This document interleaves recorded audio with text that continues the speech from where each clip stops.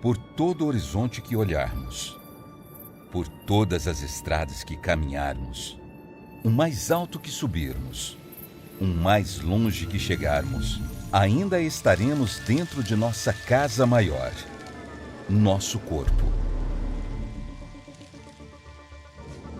O ser, não saber se existir, é como caminhar sobre um fio dental que te faz atravessar um abismo em direção ao jardim do Éden. Vai cair no abismo sem fim. Porém, quanto menos correr e observar-se, a linha torna-se trança. A trança torna-se um cabo. O cabo ganha estrutura e uma ponte se forma. E a jornada em direção à delícia de se saber ser, para então darmos início ao sentir e conectar.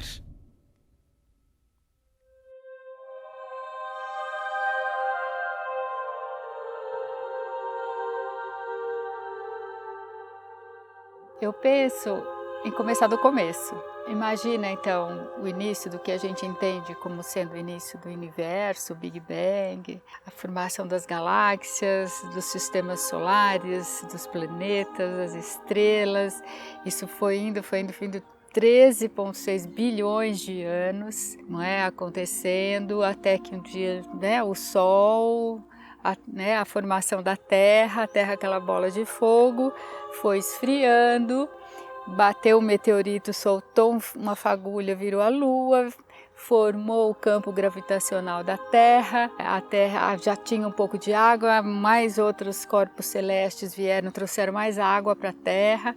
E então, logo no início da história da Terra, a água já se tornou abundante. Passado alguns milhões de anos, as moléculas começaram a se juntar e se formaram aquilo que a gente hoje chama dos primeiros organismos vivos há 3,8 bilhões de anos.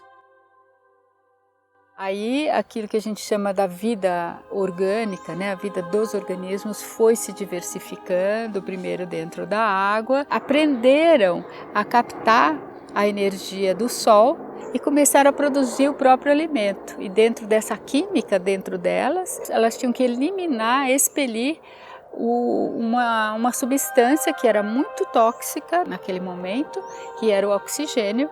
E conforme essas células, essas bactérias que estavam boiando ali, conseguiram continuar a produzir oxigênio, isso durou milhões de anos até a Terra, a atmosfera, chegar numa taxa de 21% de oxigênio. Você sabe que o ar que nós estamos respirando agora, ele tem 21% de oxigênio, que é importante para a nossa respiração celular, que é aeróbica, e tem 78% de nitrogênio. Esse nitrogênio que a planta precisa, que nós precisamos diariamente para formar nossas proteínas, está no ar. Por que a gente não consegue utilizar esse nitrogênio do ar? Porque a gente não tem condição de transformar esse nitrogênio que está oxidado em forma reduzida. Felizmente, existem plantas que interagem, por exemplo, com micro-organismos, com bactérias, que têm esse poder de fixação desse nitrogênio. Na origem, né, eu tenho aquele aprendizado de que nós, de alguma forma, fazemos parte de um ecossistema complexo do qual nós somos só mais uma parte. Então nós somos predadores, somos presas em alguns casos, respiramos, jogamos substâncias, então estamos interagindo o tempo todo com o mundo natural. Que o carbono que compõe o meu corpo é o mesmo carbono que compôs o corpo dos dinossauros. Então tem também uma conexão de não só do que existe neste momento, mas uma conexão ancestral, né, dos elementos da natureza ciclando constantemente, da árvore para mim, de mim para a árvore. Isso nos une, em primeiro lugar, a todos os seres vivos que estão vivos hoje e esses que são nossos ancestrais, porque todos eles precisaram e precisam dessa taxa de oxigênio de 21%. Se tivesse mais do que 21%, a gente ia queimar. E se tivesse menos, a gente iria se asfixiar. Então, todos nós aqui vivemos na Terra, pode ser a bactéria, o tatu, o tamanduá, a onça, o guepardo, o urso e os humanos, todos nós precisamos de 21% de oxigênio. É bonito falar sobre isso, né? É uma história bem incrível da gente pensar de onde a gente vem. Tem muita coisa, né? O fogo, o alimento cru, o alimento cozido, as culturas, né? Como que isso foi sendo vivido de forma diferente nos diferentes lugares do planeta. Então não tem como a gente imaginar que o ser humano não está conectado com o mundo natural, porque isso faz parte do ser biológico que nós somos. Então, assim, esse ar que eu estou respirando aqui na cidade de São Paulo, de onde eu falo, ele vem de árvores que às vezes nem estão aqui na cidade de São Paulo, estão, por exemplo, na Amazônia. O bioma Amazônia é um bioma, um dos 7 biomas brasileiros. É um bioma importante, não somente para o Brasil, para a América Latina, mas também para o planeta. Porque a Amazônia não é somente uma quantidade grande de árvores de vegetação. Ele controla a bioma Amazônia, controla o ciclo hidrológico, a fixação de carbono no planeta e controla a produção de oxigênio. As comunidades se diferenciam entre si, mas dentro de uma comunidade as espécies tendem a ser similares, porque elas têm a ver com o clima que acontece naquela área. A evolução das espécies tem essas adaptações para essas condições climáticas, gerando essa associação de espécies que a gente chama de comunidade, que define o termo bioma. Essa Amazônia ela é uma floresta cultural e eu acho que a gente está começando a exportar essa cultura, né? Envolver as pessoas nessa dimensão do que é essa Amazônia. A gente aqui em Santarém recebe muitas pessoas e as pessoas saem daqui tocadas, né? Dessa vivência de entender que é uma floresta pulsante de gente também, né? As sociedades viviam ainda muito imersas numa compreensão de que fazemos parte desse mundo maior. Mas foi bem nessa época de 1700 para 1800 em que a consciência, de uma maneira mais ampla, começou a achar que, de fato, se vê separado na natureza e que poderia ser um dominador da natureza e um controlador. Porque se não fosse essa ideia, não daria para desenvolver o mundo industrialmente. Agora, não dá para dizer que isso é uma conexão quando a gente fala do ponto de vista psicológico e antropológico, porque o ser humano tem uma característica diferente dos outros seres da natureza, que é uma possibilidade de perceber o mundo de forma racional. E ao perceber de forma racional e cultural, a gente coloca alguns filtros nessa relação que nós temos.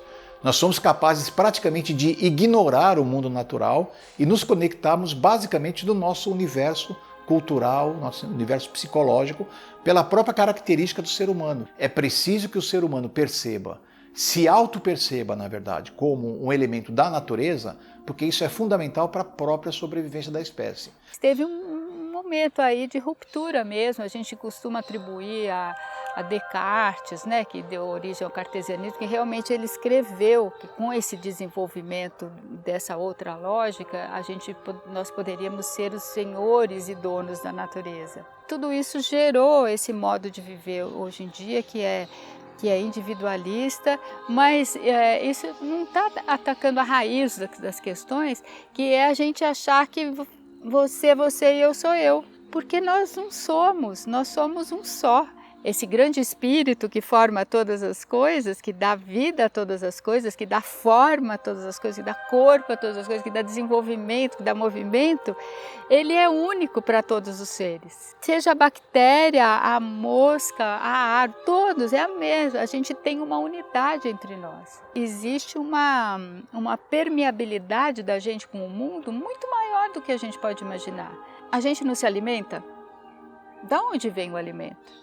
O alimento vem da terra, vem das sementes, vem do ar, porque as plantas precisaram fazer fotossíntese para produzir esse alimento, vem da terra e tem os fungos que estão lá, e tem as bactérias que estão lá, e tem as bactérias que estão também no nosso sistema, que nos ajudam a digerir. Então é uma rede, nós somos completamente imbricados com esses seres e com esses outros seres. Mas mesmo assim, ainda é uma visão bastante utilitária da floresta. As pessoas entendem a floresta como o supermercado de onde vem a subsistência para o ser humano. Nós estamos ainda antropocêntricos, mesmo vivendo na relação com a floresta. A população de espécies é quem é a população humana. Tem de tudo. Aqui você vai ter plantas de pequeno porte, plantas de grande porte, plantas competidoras, porque não todo é beleza também. Tá? Existe dentro desta floresta espécies que às vezes não deixam crescer a outra. Mas tem outras que não se importam, elas deixam crescer. Não? Então, existe competição. A natureza é um laboratório assim, fantástico para criar moléculas infinitas. Né? A gente não consegue colocar número de quantas moléculas existem, porque primeiro a gente nem não consegue falar quantas espécies existem ainda. Mas essas moléculas vêm evoluindo na Terra há 4 bilhões de anos. Então teve um processo muito grande com milhões de espécies interagindo entre si, competindo, predando, cooperando para gerar essas moléculas que estão aí. Elas estão de alguma forma interagindo num nível onde todas se permitem existir. Ali estão relações complexas de um se alimentando do outro de alguma forma. Mas o que é diferente ali é que essas relações permitem que todos existam. Então chegou num nível tal de equilíbrio daquilo tudo, aquele jogo, né, de interações, que permite a existência de todos. E, portanto, é bom e ruim ao mesmo tempo. Né? Então o cara que esconde a minha luz, que é a árvore alta que eu estou subindo, é o mesmo que joga a folha lá embaixo que me alimenta. Então existe uma relação bastante complexa acontecendo o tempo todo ali, que é difícil de a gente pensar com o nosso pensamento linear, né, uma única direção. A complexidade daquilo tudo foge à nossa compreensão. Eu já ouvi falar também nesses estudos, assim, principalmente através da relação das micorrizas, né, dos fungos que interligam uma árvore na outra, a capacidade das raízes de coletar nutrientes do solo, né? É um fungo que está intimamente interligado, tipo em simbiose com aquela raiz daquela árvore, né? Então eles têm esse poder de ampliação e alguns estudos têm demonstrado que esses fungos se ligam numa árvore, aquele filamento se liga na outra e faz uma rede de árvores ali no subsolo da floresta ali, né? Essa rede web é uma comunicação entre as plantas. Porque o solo tem uma riqueza grande de micro-organismos. Tá? Você vai encontrar fungos, vai encontrar bactérias, vai encontrar protozoários. Tudo essa comunidade, ele vive no solo, porque ele precisa, obviamente, de um ambiente onde progredir. Mas, ao mesmo tempo, as plantas entram em associação simbiótica com esses organismos para que eles vivam em paz, em tranquilidade. Mas nem sempre acontece isso. Por exemplo, uma planta pode estar dominando um ambiente e não deixa crescer a outra, mas em termos gerais, as plantas se comunicam entre elas. Por exemplo, uma planta mãe pode levar alimentos para uma planta filha através do sistema radicular. As plantas conversam até com a atmosfera, né? Existem alguns estudos que falam que elas liberam, quando está com pouca chuva, elas liberam substâncias. Essa substância que ela libera, ela vai no céu e ela forma uma coisa que é núcleo de condensação de chuva. Então a umidade está ali no céu, mas não formou chuva ainda. Ela precisa de um núcleo para agregar a água que está ali, para pesar e cair. Então isso faz com que forme chuva. Aí entra até a questão das florestas em geral, né? Porque são as florestas os grandes bombeadores dessa água, porque as plantas, se fez todas essas plantas aqui, elas estão bombando água. Elas estão puxando a água de lá de dentro, porque elas precisam disso para o metabolismo delas, e estão transformando essa água, elas estão transpirando também. Essa água vai evaporar e vai virar as nuvens. A Amazônia, nesse momento, como é o maior bioma florestal que sobrou no planeta, né?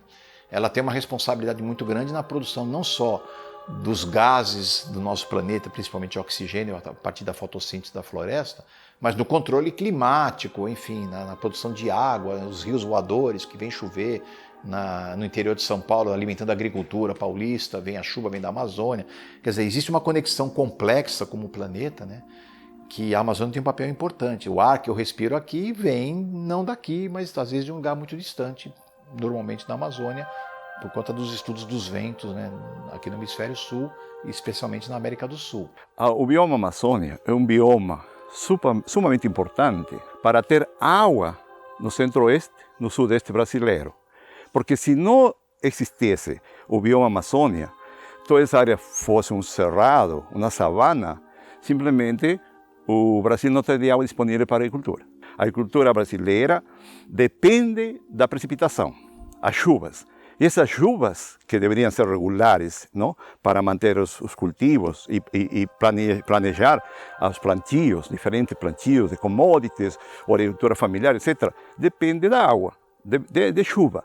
E essa água de chuva, basicamente, essa precipitação ocorre em função dessas nuvens que vêm da Amazônia, certo? Descem para aqui, para o sul, chocam pela Cordilheira dos Andes. Na Cordilheira dos Andes, essa água precipita e se alimenta ao rio Amazonas, tá certo? Porque esse rio Amazonas nasce lá na Cordilheira dos Andes e aí se formam os rios, não? De pouco caudal, depois se vão juntando e formam esse rio enorme que é o rio Amazonas. E os rios que nascem no Planalto Goianas são os rios de água escura, Rio Negro, Rio Trombetas, são rios que têm muita matéria orgânica, então eles são meio escuros, são mais ácidos que os outros e por essa diversidade de características, eles não se misturam no início, no momento, e vão se conversando até em algum momento eles se misturarem.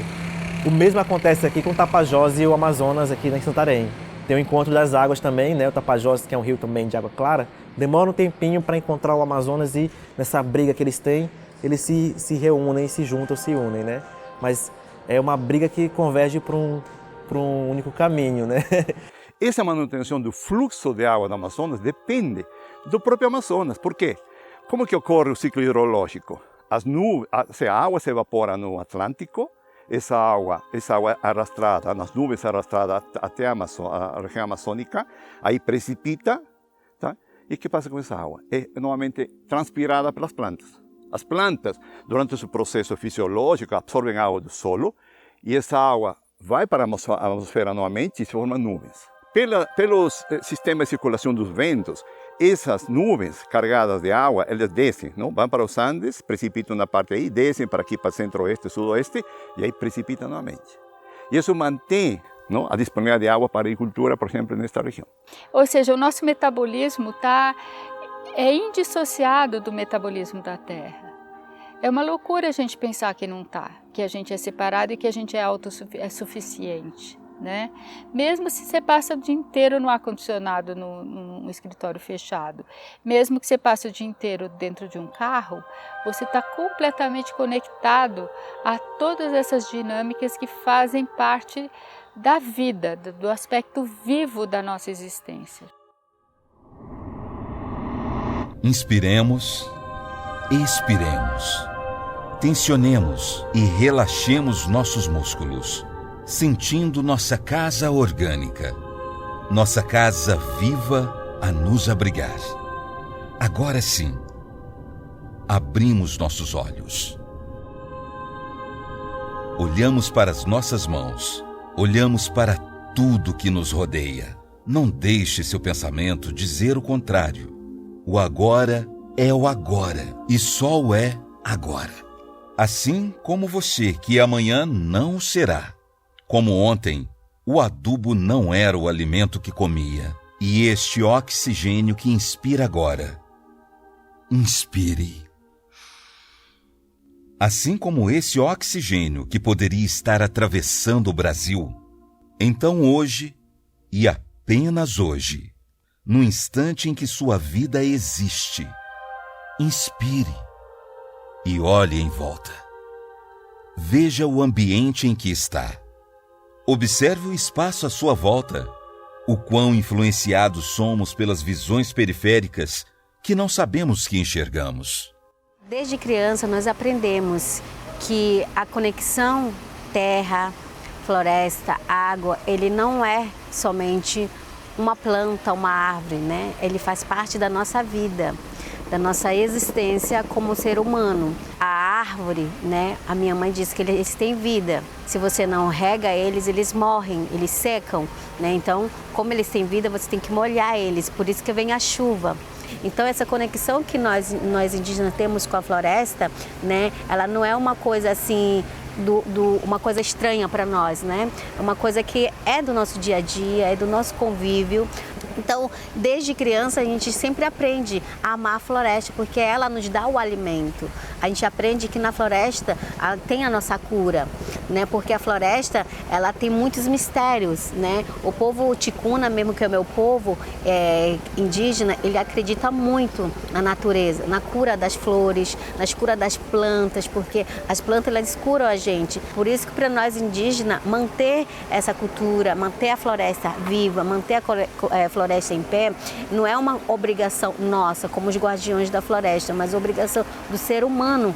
Então, imagine vocês o que pode acontecer se a Amazônia é cada vez mais desmatada, se destrui a floresta, tá? Vai haver menos água nesta região onde se faz agricultura. Então, temos que proteger a Amazônia de qualquer jeito. Sem derrubar a floresta, a gente pode pegar, aproveitar os frutos, plantas medicinais, etc., sem derrubar nenhuma árvore.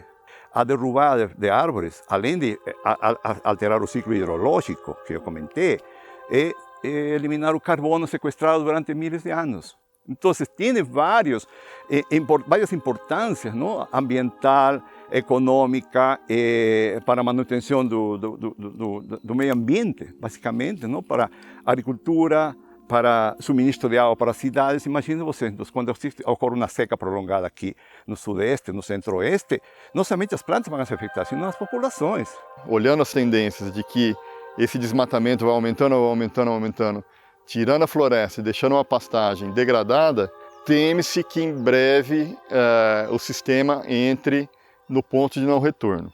O ponto de não retorno é um gatilho que, a partir daquele momento, o sistema vai se transformar sozinho, sem a interferência direta do desmatamento. Isso acontece porque a floresta tropical, as espécies que compõem esse bioma, dependem de chuva, estão acostumados, evoluíram com muita chuva e dependem de chuva. Se tira a floresta, diminui a chuva. A floresta é adaptada por muita chuva, diminuindo a chuva, outro tipo de vegetação vai ocupar aquela área. Isso pode ter uma transformação muito rápida, assumindo que a mortalidade de árvores pode acontecer catastroficamente nesses anos que tem uma seca muito drástica, né? Então pode morrer uma grande parte das árvores e outras árvores vão vir a ocupar essa área, que seria esse ponto de não retorno, causando uma mudança generalizada no bioma amazônico como um todo. Então, tem um impacto enorme para a energia, para a agricultura, para a segurança alimentar. Então, por isso que nós temos que preservar a Amazônia de alguma forma, não? De qualquer jeito. Aqui nesta floresta que estamos, é um projeto da USP, não? De mais de 40 anos, é uma mostra de que as coisas funcionam quando a gente propõe soluções. Esta é uma solução mesmo para manter nossa floresta, manter nossa biodiversidade, porque aqui existem mais de 40 espécies da mata semidesigual plantadas. Ou seja, não é uma utopia, ele saiu do papel e se converteu em uma floresta que a gente vê aqui. Vocês escutam aí os pássaros, tem aqui diversos exemplares de fauna, de flora obviamente dá para ver, mas você vê que realmente este é um ambiente com vida. Aqui, nesses 45 hectares aqui que nós estamos aqui, que se fala que é o banco genético, nós temos espécies, temos árvores, por exemplo, que veio lá, por exemplo, lá de Caconde, semente que é de Caconde. Tem sementes que veio aqui de Guaíra. Tem diversas árvores de pontos mais variados possíveis. Todas as florestas são muito importantes, todas. Hoje em dia a questão está tão dramática que uma árvore é muito importante, um arbusto é muito importante, um matinho é muito importante, até essas plantinhas que nascem na rachadura das calçadas, elas são importantes. Eu não tiro elas, eu acho que elas estão me dizendo algo para nós. Elas estão dizendo que a Terra é viva e nós fazemos parte desse mundo vivo. Então, se eu não consigo entender que todos dependem dessa rede, essa rede de pessoas que vivem, pessoas e seres que vivem nesse pequeno rochinha flutuante no espaço aqui, que as minhas ações interferem em tudo isso, é o declínio. E eu acho que a gente tem que olhar com um olhar de humanidade, inclusive, assim. Não só olhar para a floresta em termos de precisamos proteger essa floresta, mas precisamos proteger essa floresta com humanidade, com os humanos, assim. Não podemos distanciar o homem dessa floresta. Como é que a gente aproxima o homem dessa floresta, da vivência da floresta? O nosso planeta, na nossa biodiversidade, ele está implorando está chorando, precisando de ajuda e precisa de quem? De nós, seres humanos, a proteger, a cuidar, a manter essa cultura, né? A nossa floresta, nossos rios limpos, né? Proteger, né? Não só para a nossa geração, mas para o futuro da humanidade. Não tem coisa que está desconectada uma da outra. O que você faz na Amazônia interfere no que você faz aqui, que faz na China, na Europa, está tudo interconectado, né? Por isso essa questão climática é muito importante, que é os gases que nós estamos jogando aqui em São Paulo ou lá na China são os mesmos gases que vão ficar em volta do planeta todo, aquecendo o nosso planeta e mudando essa dinâmica atmosférica e climática o tempo todo, né? Aqui na cidade as pessoas olham a natureza como algo, vou no parque. E na própria casa ela não tem nenhuma flor, nenhuma planta, né? Então o ser humano ele tem que voltar a ser nativo de novo. Agora estamos vivos. Agora sentimos nossos corpos, ouvimos nossas mentes e agora estamos onde fisicamente estamos. E agora, olhamos para o horizonte, mesmo que seja uma janelinha mostrando o céu, ou o som de algo lá fora. Por todas as estradas que caminharmos, o mais alto que subirmos, o mais longe que chegarmos, ainda estaremos dentro de nossa casa, nosso planeta. A melhor conexão que existe hoje é você, por exemplo, vir para uma floresta, primeira coisa, desliga o celular, esquece tudo e vai andar, vai sentir. Você vai ver o pássaro diferente, você vai ver os cantares diferentes, até a formiga que está comendo, trabalhando, para observar essas coisas. Se você for na cidade, por exemplo, pouquíssimas pessoas notam que os ipês estão floridos. Pouquíssimas pessoas, se você mostrar na televisão uma foto do ipê, fala que lindo, maravilhoso. E às vezes ele passa debaixo de um ipê e não vê. Viaja para todo lugar, passa beirando mata para todo lado, mas nunca parou para observar o que tem naquilo, como é que é aquilo lá, como é que é a mata, como é que é as flores. Entra numa mata e fica quieto só escutando o barulho dos pássaros. Como é que você vai se transformando, vai se mudando? Então a terra ela tem um espírito muito forte. Se você coloca teu pé no chão, tu vai sentir a energia. Tu não vai sentir a energia se você não está conectado com a natureza. Ela nos dá a tinta, nos dá o pano, nos dá o pincel, nos dá tudo. Nós indígenas não temos papel e caneta dentro da aldeia. Toda a nossa história, né, os rituais, as pinturas corporais é passada para nós. Então eu não me pinto porque eu achei bonito, né? Eu pinto porque essa é a minha identidade, é quem eu sou. Por isso as pinturas para nós é sagrada. E todas as pinturas indígenas, ela tem um segmento muito importante que tem a conexão diretamente com os animais, né? No meu povo nós temos o clã de onça, clã de urubu real, né? Havaí, anta, né? Todos esses animais têm a conexão com a natureza, né? Por isso que nós somos a própria natureza. Uma pintura que não fala ao coração não é arte, porque só ele a entende. Só o coração nos poderá tornar melhores. E é esta a grande função da arte. Isso eu acho que é, se você pedir assim, defina Portinari em meia lauda, eu citaria essa frase dele. Incontáveis vezes em que Portinari retratou os nossos povos originários, né? E inclusive se deixando influenciar pela arte indígena também, né? Você vê que a última obra dele que eu coloquei no audiovisual é uma Índia Carajá, é uma cerâmica das Índias Carajás. Ele morreu fazendo, ficou inacabada, né? Então você poderia se perguntar, mas será que ele teve lá com os índios? Será que ele teve no Amazonas? Será que ele teve na floresta? Não. Quer dizer, tudo é um misto de imaginação, né, do artista criador, né, com o conhecimento, né, através de tudo, né, através das imagens que chegavam a ele, né, de filmes, de fotografias, né, de depoimentos, de ilustrações de outros artistas até, mas na verdade nunca esteve, né, nunca esteve nem no Amazonas, nem no Nordeste, né. Ele pintou Bumba Meu Boi, pintou Cangaceiros, pintou o Nordeste todo, a vaquejada, né, mas nunca esteve lá. Aliás, tem uma coisa nos retirantes que muita gente não parece não ter percebido. Você está falando não só de injustiça social, claro, né? mas está falando também de meio ambiente. Você está falando da seca. Seca é um problema do meio ambiente, é um problema atual, inclusive, não é? Quando nasci, ela já tinha artesanato.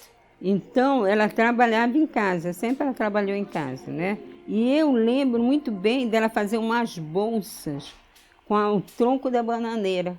É como se fosse um jogo de dama. Ela botava a palha clara assim, botava escuro e ela ia trançando. Aí ficavam os quadrados escuros, estragando claro. Ali ela fazia a bolsa do tronco de bananeira. Muita coisa, ela ficava catando por lá, raiz, folhas, tinha umas folhas bonitas, né? Aí ela trazia para fazer algum artesanato dela aqui. Mamãe sempre colheu muita coisa na floresta. Semente, então, eu acho que a natureza vivia dentro dela sempre, né? Ela era muito assim, a gente ia muito para lá, né? Ela levava a gente, ela gostava de plantar, ela gostava de bicho, ela gostava de andar dentro da mata, colhendo as coisas, semente, raiz, tudo que ela via. Então ela se conectava muito com a terra, muito com a mata. Aquele leque lá é de capim dourado. O cabo dele é de raiz de patchouli. As pétalas são de capim dourado. A garça é da entrecasca da madeira. A arara é da pena de arara. Isso era a imaginação dela e as paisagens que ela via. Os pássaros que ela amava, entendeu? Você vê nos quadros dela, tem sempre uma arara, tem sempre um tucano, né? No pé de açaí, no pé da castanheira. Essa daqui é a rainha do folclore. Ela é de raiz de patchouli, toda bordada em rechelier, né? A saia embaixo é fibra de buriti. As florzinhas ali da gola é fibra de buriti. O punho é fibra de buriti. Na coroa tem semente de pepino, abóbora e melão. E as florzinhas brancas é da entrecasca da madeira.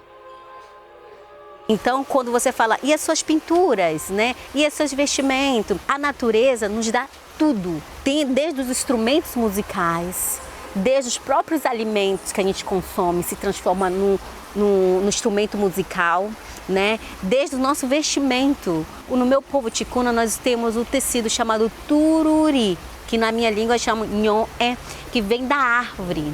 A árvore nos aquece, a árvore nos dá a proteção, o cuidado. Hoje a gente usa o tururi para o nosso vestimento, né, para o nosso dia, nosso uso pessoal, né, da cestaria para a gente sentar, de fazer a nossa maloca, do cobertor. Então o tururi faz tela, a gente faz tudo com tururi, que é um tecido do povo ticuna.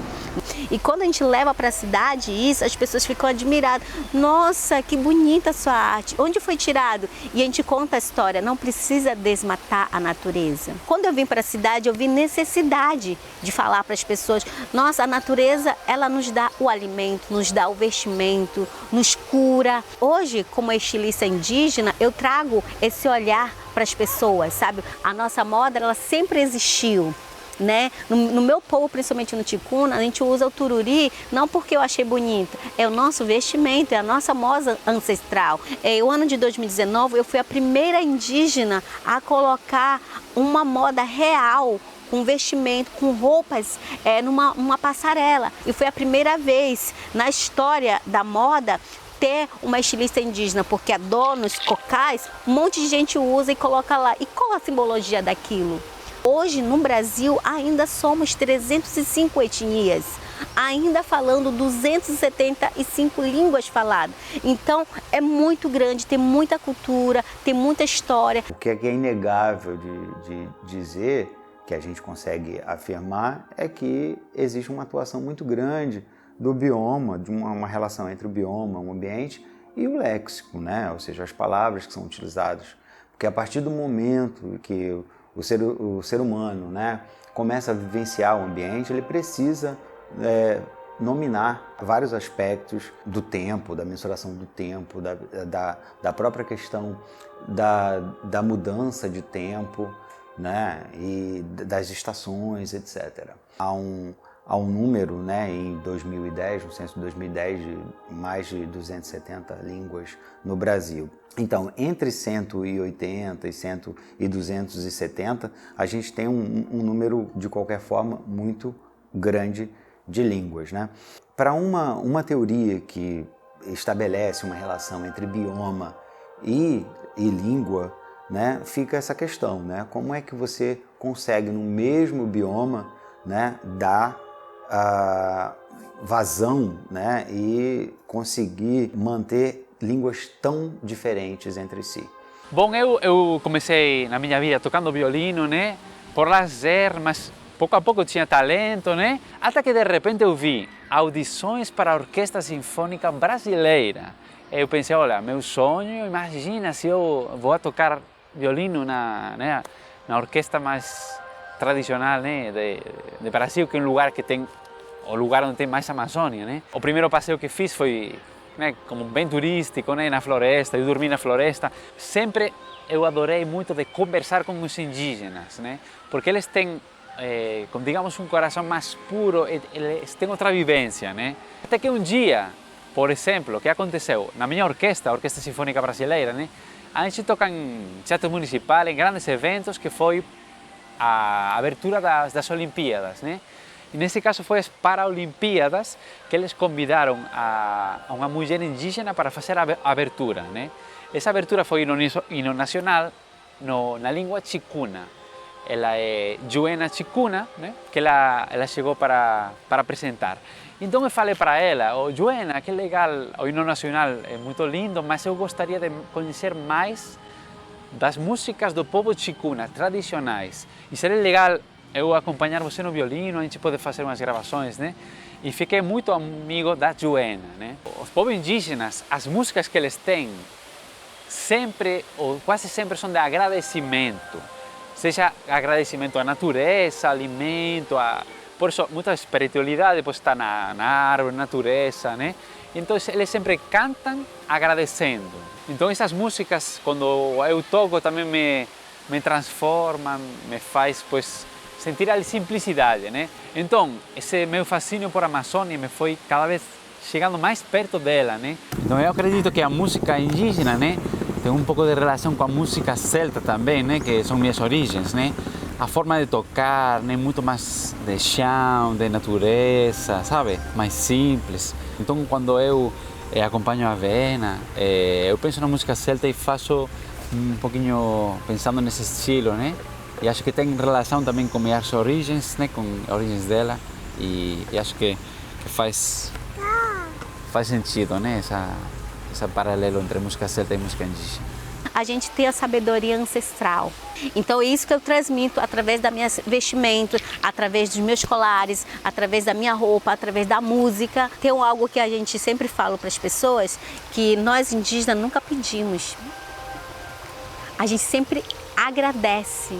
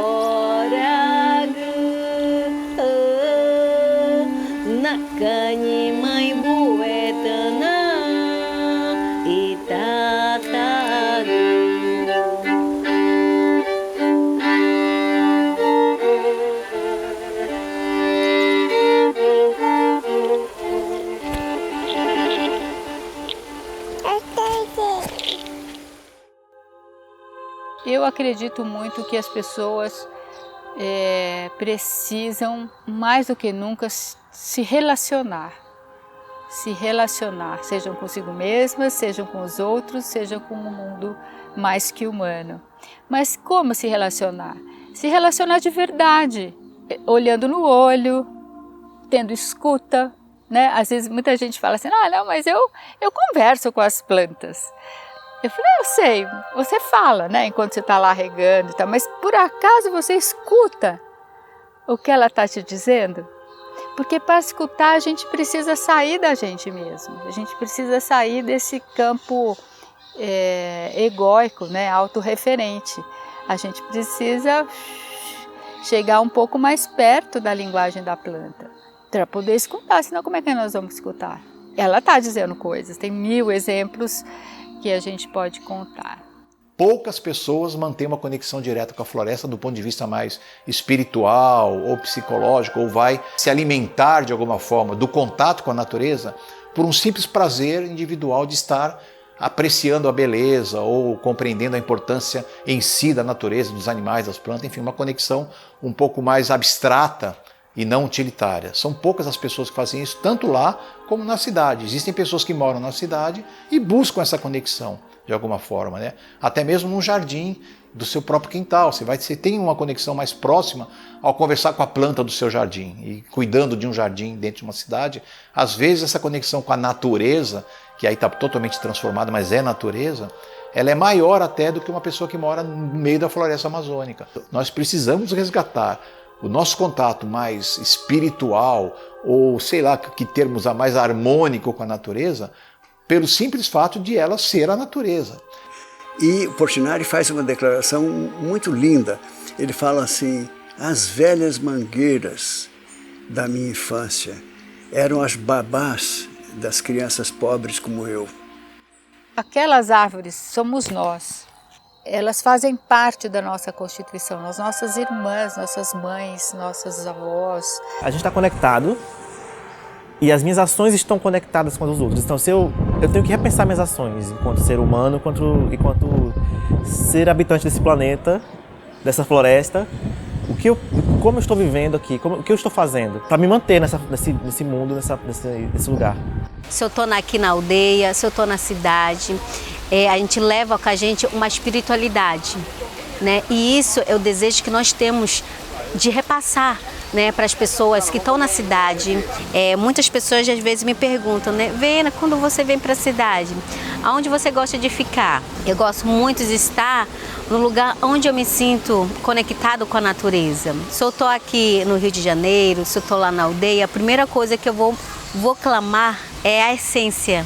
Sentir a natureza. Eu acho que todo ser humano, ele tem que fazer isso, se conectar com a natureza. Não é uma coisa assim, eu vou lá no parque, eu vou no zoológico, eu vou numa praia, né? E você está lá no celular, né? Tipo, você está conectado, não ali, você está conectado com a internet, né? Há muitos anos atrás, eu estava conduzindo um grupo de profissionais de turismo lá em Belém do Pará, né? Numa região amazônica. E então teve uma mulher, assim, ela devia ter uns 40 e tantos anos, em que ela estava emocionada, ela me pegou pelos ombros, ela me chacoalhou e falou, você está tirando a floresta de dentro de mim. Por quê? Porque as plantas e os animais, eles são nossos ancestrais.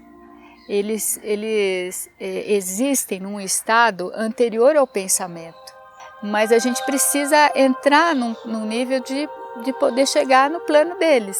Então a gente precisa se aquietar. Então eu faço atividades para ter uma atividade simples de aquietar a mente, por exemplo, você ficar ouvindo sons e levantar o dedo para cada som que você ouve. Porque se a gente fizer isso agora, por exemplo, a gente vai ouvir muito mais coisas do que a gente ouve enquanto está falando. Óbvio que quando a gente está falando a gente não ouve, né? Então, você vê...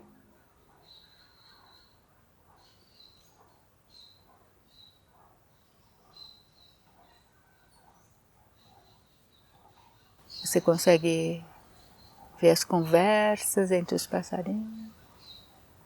E aí você sente que a sua mente está...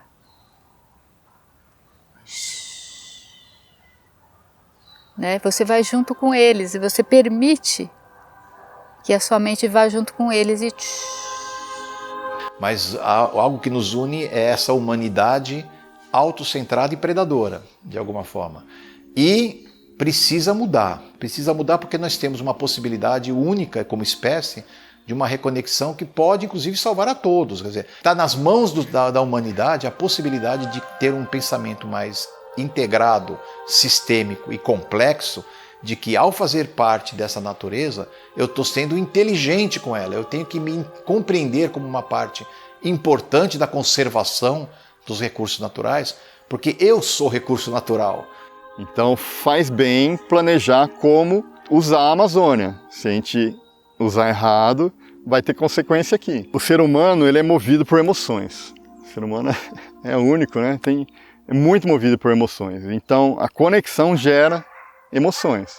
Eu de vez em quando vou lá no quintal, tiro o chinelo, é a terra, e abraço o pé de ingá, que é a madeira, tomando energia, pedindo energia para mim, entendeu? Eu me conecto muito com isso, eu acredito muito na energia das plantas. Tinha uma paz muito grande de estar em contato com essas coisas telúricas, né, que são coisas que vêm da terra e vêm do reino animal, do reino vegetal, e de alguma forma, eu não sei explicar isso, né, elas agem sobre as nossas emoções, sobre a nossa psique, né? Não tem como a gente chegar no nosso pleno potencial sem considerar todos os seres como parte da nossa própria mente, da nossa própria psique. Apreciar as coisas, ver, sentir o cheiro, você entendeu? Você já respirou? Sentiu a água? Tocou nas folhas para sentir que elas estão verdes, estão bonitas? Então é isso que você tem que saber. O equilíbrio que nós temos com a natureza é você sentir eles, né? Quando você respira, você está respirando, sentindo a energia, né? Então você tem que conectar com a terra, tirar o sapato, andar na terra, você sentir o pé na areia, aí você vai estar conectado com a natureza, né? Porque também a gente não pode querer consertar o mundo tudo de uma vez, né? O que a gente pode fazer é fazer a nossa reflexão com força, ter a vitalidade cada vez mais, para que essa nossa conversa esteja ressoando. Mesmo quem não está escutando, está ressoando no mundo, ela cria um campo. E isso passa a fazer diferença. Faz bem para o ser humano, para a nossa sociedade, ter um contato mais íntimo com a natureza. Então discutir por que a Amazônia é boa, por que uma floresta precisa de ajuda para se manter, por que os animais têm uma importância. Essa discussão com a sociedade é importante para não perdermos mais do que já foi perdido. Educação, porque cultura é o que nós temos como característica principal, mas as culturas têm duas características interessantes. A cultura ela tem que ser conservadora. Ou seja, as culturas são muito conservadoras porque elas que garantem uma identidade para aquele grupo que mantém aquela cultura. Então, preservar a cultura é um movimento natural da humanidade. No entanto, não tem nenhuma que não seja mutável. Cultura também, de alguma forma, amadurece, se transforma ao longo do tempo, principalmente no contato com outras culturas. É no intercâmbio, na diversidade cultural, que nós vamos, ao compreender a cultura de outro, incorporando certos elementos que fazem com que a cultura seja também uma questão dinâmica da humanidade. Nenhuma cultura permaneceu intacta ao longo da história. Elas constantemente se transformam. E como que elas se transformam? Principalmente por processos educativos. A gente precisa ser flexível. A natureza é flexível. Nós também somos, só que a gente, com o poder da mente, daquilo que a gente acredita, a gente se torna rígido, sendo que a vida é um fluxo. É um rio que acontece a partir das interações com o mundo. E a educação pode fazer uma intervenção nisso. Então precisa de uma educação específica, que é dar aquele chacoalhão no indivíduo e falar, olha, vamos tentar compreender de uma outra maneira como que você precisa se relacionar com os elementos naturais para garantir racionalmente a sua própria sobrevivência. Mesmo se você tem um único vasinho, aquela plantinha está viva. E ela está passando por todos os processos que todos os outros seres vivos estão passando, inclusive você. E ela está ali à sua disposição. Você pode olhar para ela todos os dias, mas olhar e ver. É você ter essa espiritualidade, é você voltar a ser nativo. É só assim a natureza e você vai estar conectado diretamente. Não é algo que vejo de minha janela.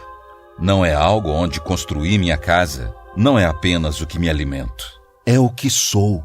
Sou natureza. Sou orgânico. Somos e escolhemos. Nos afogamos em pensamentos, conceitos, ideologias e caímos do fio.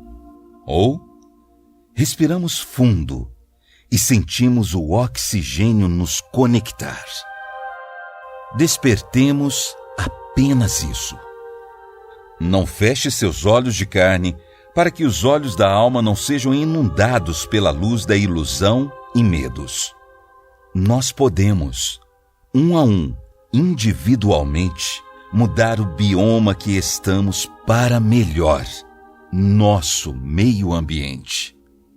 E quando individualmente tivermos feito isso, em silêncio e em paz, deixaremos de correr o risco de nossas 2 e preciosas casas não serem mais habitáveis por nossas próprias mãos.